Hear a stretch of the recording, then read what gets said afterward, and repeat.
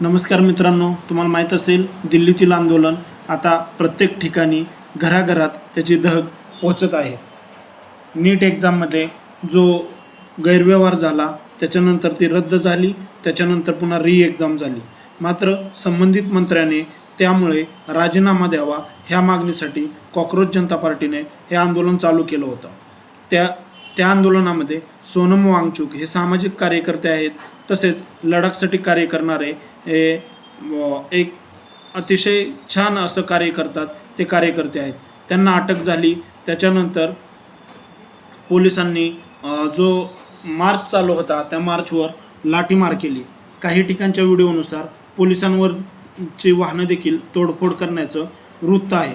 मात्र प्रश्न असा आहे की 20 दिवस आंदोलन चाललेलं असताना सरकारनं चर्चेची भूमिका न घेता ताटरपणाची भूमिका घ्यावी हे अतिशय दुःखद आहे.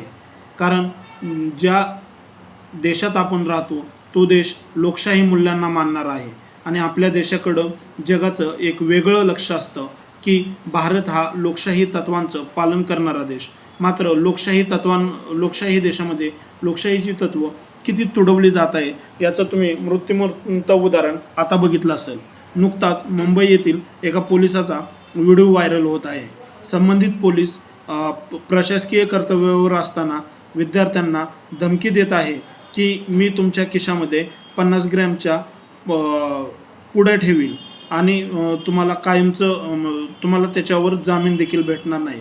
खरं तर प्रशासकीय अधिकारी म्हणून कार्य करताना संबंधित पोलिसाने यंत्रणेचं जे SOP म्हणतो आपण ते SOP फॉलो करणं गरजेचं असतं. मात्र तसं न करता ते विद्यार्थ्यांना धमकी देत आहे. एकीकडे हे असताना दुसरीकडे सुप्रीम कोर्ट असं म्हणत आहे की आम्हाला तुमचे पोलिसांचे लाठीचार्ज झालेले व्हिडिओ बघायला वेळ नाही, कृपया आपण कोर्टाचा टायमिंग घालवू नका. मी आदरपूर्वक सुप्रीम कोर्टांना हा प्रश्न विचारतो की आपली जी सर्वोच्च संस्था आहे ही सर्वोच्च संस्था जनतेच्या कल्याणासाठी आहे आणि आपण जर असं जर बोललं तर ही जनता वाऱ्यावर सोडल्यासारखी होईल. संबंधित जनतेला कोण वाली राहणार नाही. कारण तुम्हाला माहीत असेल कोणताही वाद झाला तर आणि आपल्याला न्याय भेटला नाही तर आपण सहज म्हणून जातो की ठीक आहे, इथं न्याय नाही भेटला, कोर्टात तुला बघून घेईल. याचा अर्थ असा असतो सत्याची बाजू ही कोर्टामध्ये टिकेल आणि त्यातून मला न्याय मिळेल. इतकं मोठं विश्वासाचं ठिकाण म्हणून कोर्टाकडं आपण बघतो. मात्र जर कोर्टानेच जर असे वक्तव्य केली तर ते कुठंतरी ही मनाला एक दुःखद असा इशारा देत असतं. कोर्टाने ह्याच्यावर जाणीवपूर्वक प्रयत्न करावा. आंदोलनामध्ये चर्चा होणं अतिशय महत्त्वाचं आहे आणि चर्चेतून मार्ग सुटू शकतो. मात्र सरकार कठोर भूमिका घेत आहे. तुम्ही बघितलं असेल काल का परवाच राहुल गांधी यांना कशा प्रकारे ट्रीट केलं गेलं. खरं तर विरोधी पक्षाचा कोणत्याही घटनेविरुद्ध आवाज उठवण्याचा हा हक्क असतो. कारण लोकशाहीमध्ये सत्ताधाऱ्यांना जेवढं महत्त्व असतं तेवढंच विरोधी पक्षाला देखील महत्त्व असतं. मात्र तुम्ही प्रत्येक गोष्टीवर आवाजच उठवून देणार नाही आणि ह्याच्यात राजकारण अराजकता तत्वाचा प्रश्न येतोच कुठं. मी जाणीवपूर्वक म्हणतो जर त्याच्यामध्ये अराजक तत्व असतील, त्याच्यामध्ये देशविरोधी जर तत्व घुसले असतील तर ते तुम्ही गुप्तचर यंत्रणांकडून बाहेर काढा. त्यांना जी कायद्याच्या दृष्टीने असेल ती शिक्षा द्या. त्याचा आपण निषेधच करतो.